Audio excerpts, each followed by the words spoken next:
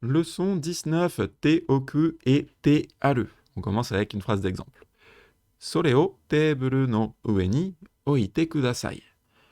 Oku, ici conjugué à la forme en te, oite, puis kudasai, cela signifie poser. Sore o, ceci, teiburu no ue ni, sur la table, oite kudasai. Veuillez poser. Ce qui est intéressant, c'est qu'on pose quelque part sur une cible, sur un point fixe, donc on le marque avec ni comme ici. Posez cela sur la table, s'il vous plaît. Ano hon o doko ni okimashita ka? Où avez-vous posé ce livre?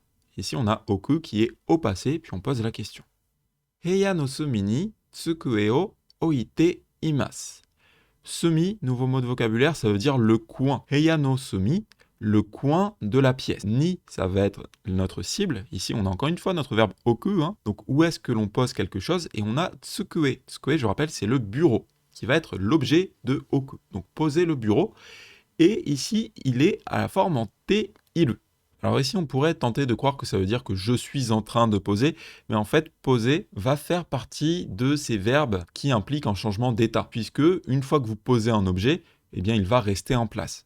Et du coup, lorsqu'on l'utilise avec la forme en te imasu, te iru, ça va indiquer l'état résultant, comme on avait pu le voir dans une leçon précédente. Donc ici, en français naturel, on la traduirait peut-être au passé, cette phrase. J'ai mis un bureau dans un coin de la pièce.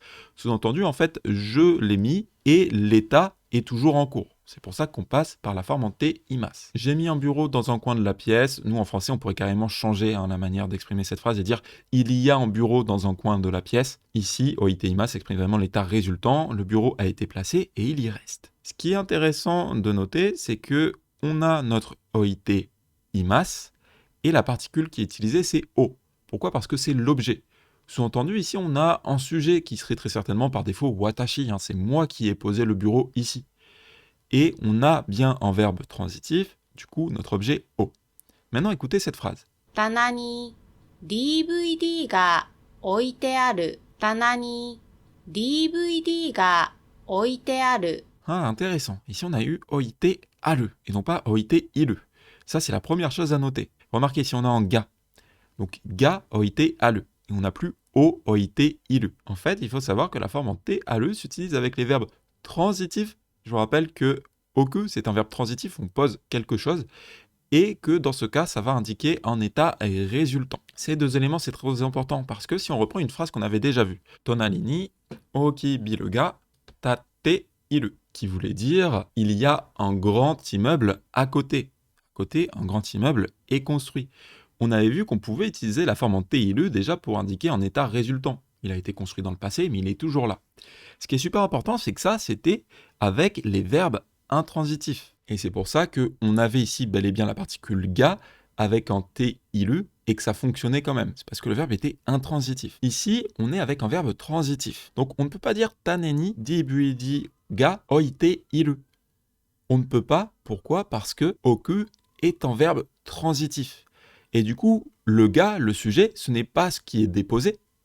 Ça va être l'acteur, ça va être l'agent qui fait l'action. Et du coup, le iru renverrait à la personne qui fait l'action. Donc ça n'existe pas. Ga oite iru. Par contre, on peut dire ga oite aru. Phrase nous donnerait un DVD est posé sur l'étagère. Ici, le DVD, c'est devenu le sujet et on utilise l'auxiliaire aru. Il existe. Il existe un DVD posé sur l'étagère. Alors, on pourrait utiliser oku avec la forme en te iru, il n'y a pas de souci, mais il faudrait alors passer par la particule d'objet et non pas de sujet. Parce que le sujet, qui serait très souvent sous-entendu et non pas explicite, ça serait darekaga. Voilà, quelqu'un a posé un DVD sur l'étagère. Quelle serait la différence entre o oite iru et ga oite aru? C'est que dans o oite iru, on a vraiment la notion que c'est quelqu'un qui fait ça volontairement. Ça, c'est plutôt une phrase que l'on traduirait par « il laisse un DVD sur l'étagère » ou « il a posé un DVD sur l'étagère ». On aurait quand même vraiment cette notion de transitivité. Là où la version avec ga aru, on le traduirait par « un DVD est posé sur l'étagère ». C'est le DVD qui deviendrait sujet, et on a l'absence de la personne qui est à l'origine. Alors il y a forcément quelqu'un qui l'a posé, c'est un verbe transitif. Le DVD, il ne s'est pas posé ici tout seul, mais on ne précise pas qui l'a posé. Et non seulement on ne le précise pas, mais en plus, il n'est même pas réellement sous-entendu dans la phrase. Tout comme en français. Un DVD est posé sur l'étagère, on s'en fiche de savoir de qui, de pourquoi, voilà. On décrit juste l'état. Et enfin, on ne pourrait pas dire tanani DVD o oite aru, parce qu'avec aru, on passe vraiment par le sujet ga. Ça ne peut pas être l'objet, puisque on est avec aru. Donc ça, c'est vraiment les 2 points à se rappeler. Tearu s'utilise avec les verbes transitifs et ça indique un état résultant. Ça décrit en fait l'état actuel de quelque chose avec l'implication que quelqu'un a effectué une action auparavant et a laissé les choses dans cet état. Comme les verbes sont à la base transitif, il y a forcément un acteur qui a fait subir quelque chose sur un objet. Et on décrit juste l'état résultant. Ce qui est important, c'est de se dire, c'est pas avec certains verbes on utilise la forme en TALE, avec d'autres on utilise la forme en TILE. Avec les verbes transitifs, les 2 stratégies sont possibles. C'est juste que la nuance, l'implication n'est pas la même. Si on dit memo kai teiru, eh bien cela voudrait dire par exemple je suis en train d'écrire un mémo ou une note. Voilà, on a mémo ici, une note, un mémo. Je suis en train d'écrire un mémo. Si par contre on dit memo ga kaite aru, une note est écrite. On décrit l'état qui est toujours en cours. Mais on décrit juste l'état et non plus réellement l'action. Hondana ni DVD ga oite arimasu. Hondana, ça veut dire la bibliothèque. En fait, on a rajouté le hon ici devant et on a fait la liaison. Voilà. Hondana, la bibliothèque. Alors bibliothèque dans le sens l'étagère sur laquelle on dépose les livres. 家の前に大きい木が立っています。家の前に大きい木が立っています。 Ie no mae ni, devant la maison, un grand arbre, ga tatte imasu. Tatsu, se lever, se tenir debout, se dresser. Vous remarquerez peut-être une similitude avec le tatsu qu'on avait vu pour les bâtiments. Il faut savoir que c'est le même mot, mais le kanji va être différent. Celui qu'on avait vu jusqu'à présent s'utilisait uniquement pour les bâtiments. Celui-ci, tatsu, s'utilise de manière générale. On peut l'utiliser pour les humains ou, comme ici, vous voyez, pour un arbre. Le sens est le même et du coup, on est dans une utilisation très proche. Littéralement, devant la maison, un grand arbre se trouve dressé. Un grand arbre est dressé. Nous, on traduirait peut-être de manière plus naturelle en français par « il y a un grand arbre devant la maison ». Le kanji de Tatsu, le voici. Je vous invite à l'apprendre par cœur. Il n'est pas très compliqué et il est très utilisé en tant qu'élément dans d'autres kanji. Voilà, vous les avez ici. Doa no tokoro ni kasa o tatete okimasu. Ici, on a tateru. Ici, c'est la même remarque qu'avec les bâtiments. On avait également vu un tateru pour dire construire un bâtiment, mais littéralement, c'était faire tenir debout. C'est la même idée ici.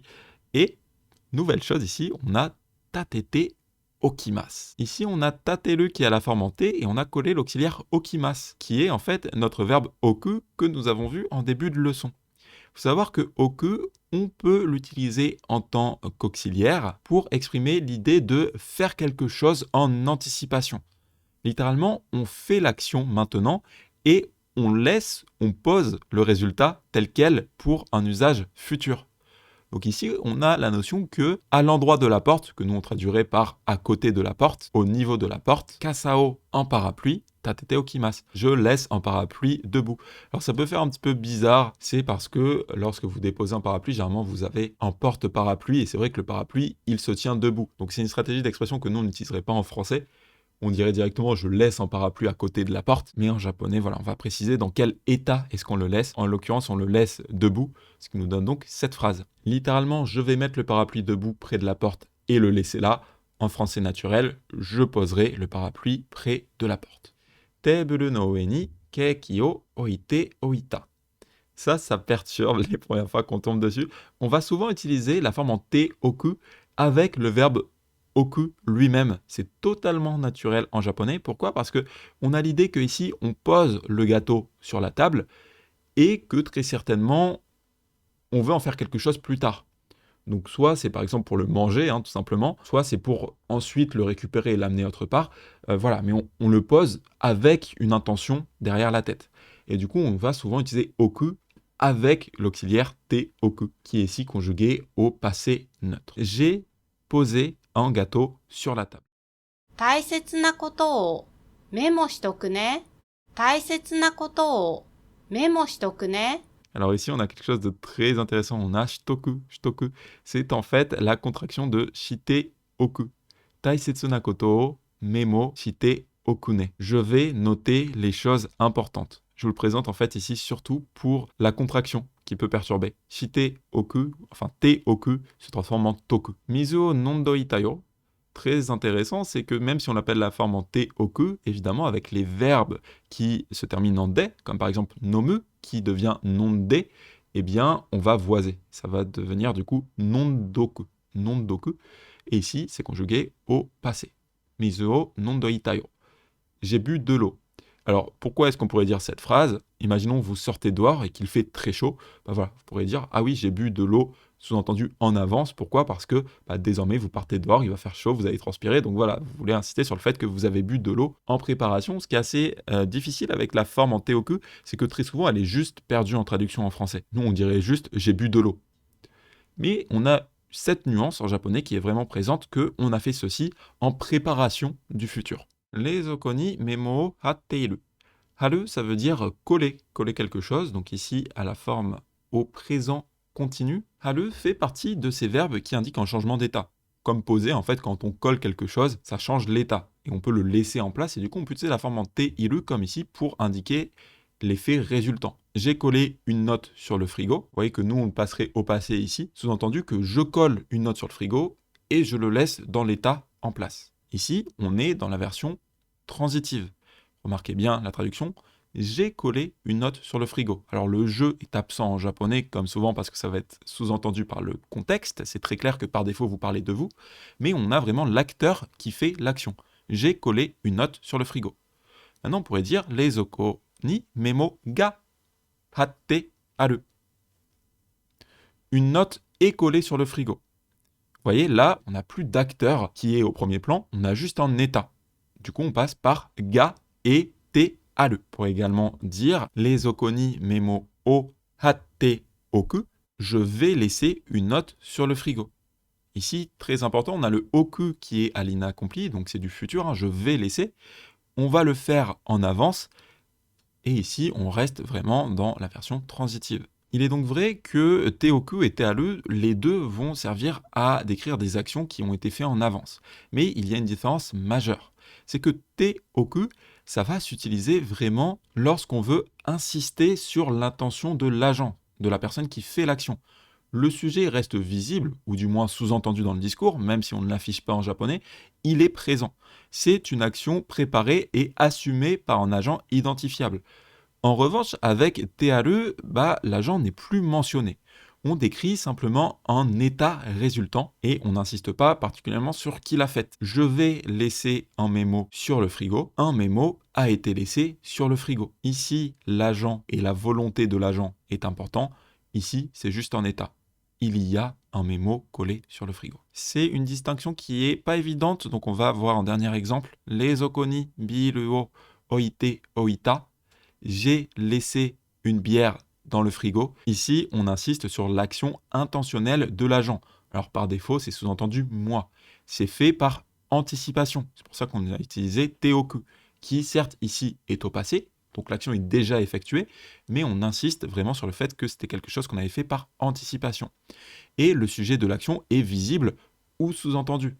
Ici, on est avec un verbe transitif, on a un o, on a donc un sujet ga qui est soit mentionné, soit au moins sous-entendu. Ce qui nous donnerait donc « j'ai mis de la bière dans le frigo en prévision, pour plus tard ». Maintenant, la même version avec la forme en te aru, leizoko ni biru ga oite aru, on décrit simplement l'état actuel, la bière est posée dans le frigo, c'est un résultat visible d'une action passée, on passe donc par te aru, l'agent, celui qui a mis la bière, n'est pas précisé, ce n'est pas important. Ici, le sujet, c'est bien la bière qui est posée dans le frigo. Il y a de la bière dans le frigo. Elle y a été placée et elle y est toujours. C'était la leçon 19 sur teoku et tearu. Teoku, c'est faire une action par anticipation. Tearu, c'est un état actuel de quelque chose. C'est très descriptif et ça s'utilise uniquement avec les verbes transitifs. C'était la leçon 19.